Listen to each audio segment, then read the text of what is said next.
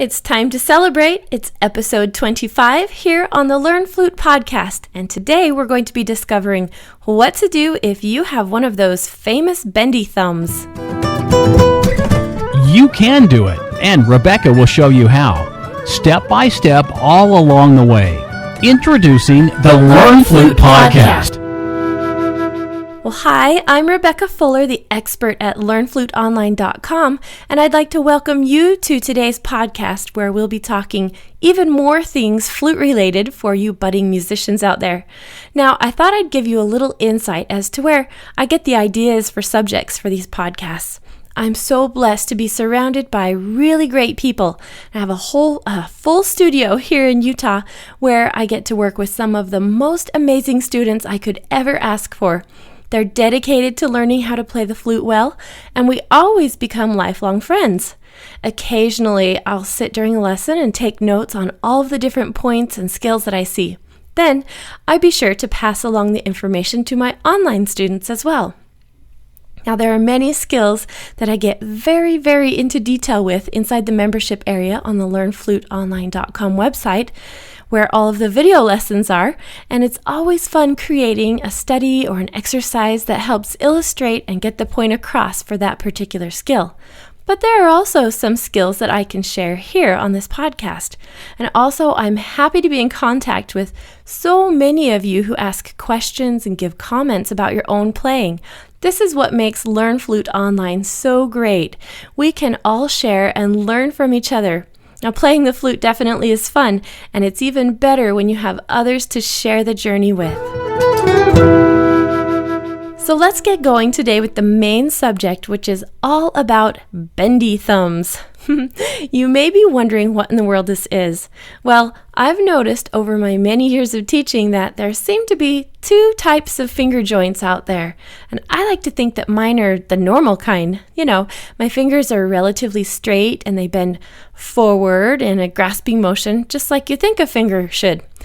But I always seem to have a few students who have joints that they're just rubbery and bend all over the place. And this always makes for interesting conversations during flute lessons. Try this yourself right now so that you can see if you have what I call normal finger joints or if yours have that superpower of being really rubbery and bendy. I think some people call it double jointed, but I'm not really sure if that's the term. So try this. Put your thumbs out in front of you, pointing up with your fingers in a fist, as if you're hitchhiking somewhere, trying to mimic the thumbs up pictures you see. Okay, what do your thumbs look like? Are they straight? Kinda straight? Is the top part bent? Or is the whole entire finger curved backwards? Some of you may even have them super bent over backwards if you just try a little.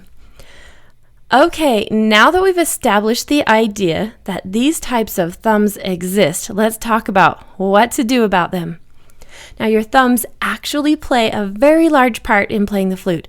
If you think about it, you'll notice that the left-hand thumb is the one that's maneuvering the thumb keys back and forth, and it has to go on and off a lot, especially if you're trilling or learning how to play really quickly.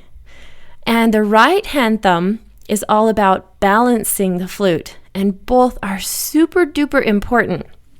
So, why does it even matter if your thumbs are bent or not? Well, I will tell you. The muscles that run from the thumb and all the way down into the hand are pretty special. They connect to an important area in your wrist, as actually most of your fingers do. This area is the carpal region, and if it's abused enough times, a problematic syndrome is caused, and it's called carpal tunnel syndrome. Now, I'm not sure if you've ever heard of this before. I talk about this occasionally in different lessons because this is really important, and there are certain things that you need to know about playing an instrument to help you combat and just stay away from this issue. But I bet you've seen someone with this. It's common in people who work at banks or offices with number machines, or even grocery store workers at the checkout line. So, this muscle that runs down the thumb needs to be used in proper hand position, we can say, or we get a repetitive damage injury that's absolutely no bueno for playing the flute. Now, for those of you with normal straight thumbs, This doesn't mean that you're exempt at all from thinking about this today, because it's super common for students learning how to play the flute to really grip their flutes super tight. You may have the fear of dropping it, especially when you're first learning, and it's really pretty slippery feeling at first, I agree. The problem with this is that even after you get a feel for how to hold the flute, those thumbs tend to stay hanging on for dear life until it's a habit that's pretty much impossible to be broken, it seems. Or possibly you don't even know that it's happening. So these normal thumbs are gripping and they're bending and sitting in kind of some crazy positions anyway, which is just as damaging. Now, those cute little bendy thumbs tend to be bending all the time and not just when they're gripping, which causes an issue with the alignment with the rest of the fingers. It seems that we'll call them bendy thumbs, like to be turned over so that the flute is basically sitting right on the squishy pad of the thumb. And I'm talking about the right hand thumb here, so visualize this. It's bent backwards also. And so it makes the first, second, and third fingers sort of lay crooked to the left on top of the keys.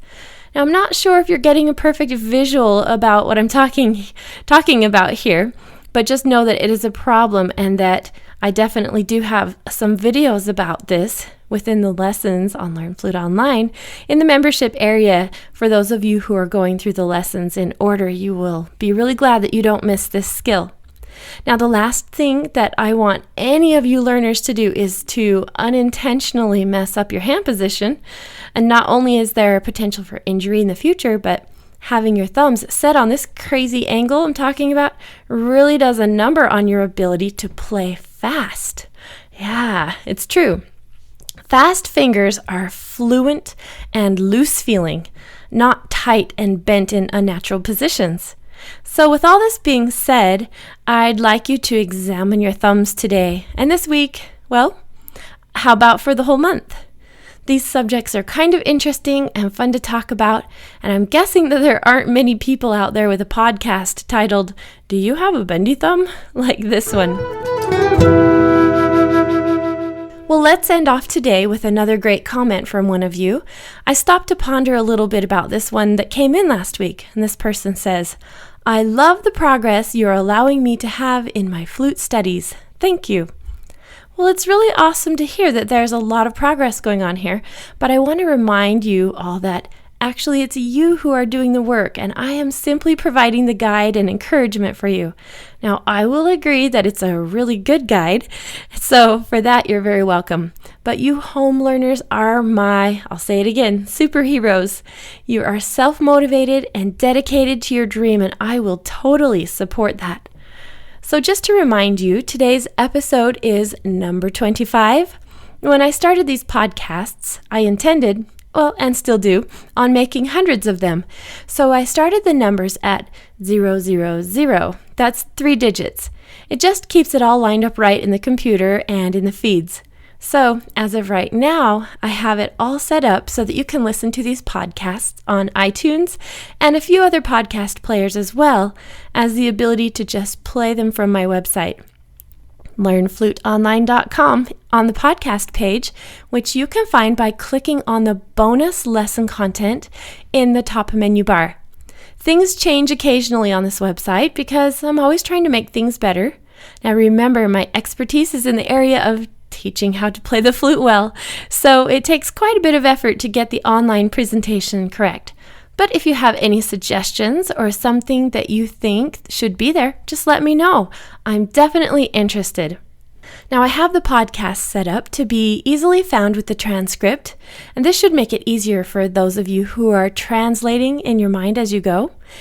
You can find those on the individual podcast pages, which can be found, at the time of this recording anyway, by typing in your browser bar, learnfluteonline.com / and then the number you're looking for. For example, this episode is number 025 because it's episode 25. Anyway, we don't need to make it all complicated. I'm just glad you're here listening and learning.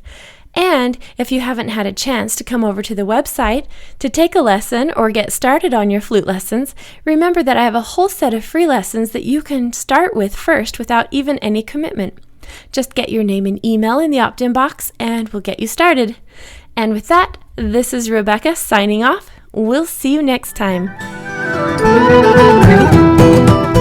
Thanks for listening today. Remember that this is where people of all ages, such as you, can come, learn, and play the musical instrument flute in an easy-to-follow, organized manner, and in the privacy and comfort of your own home, on your own schedule.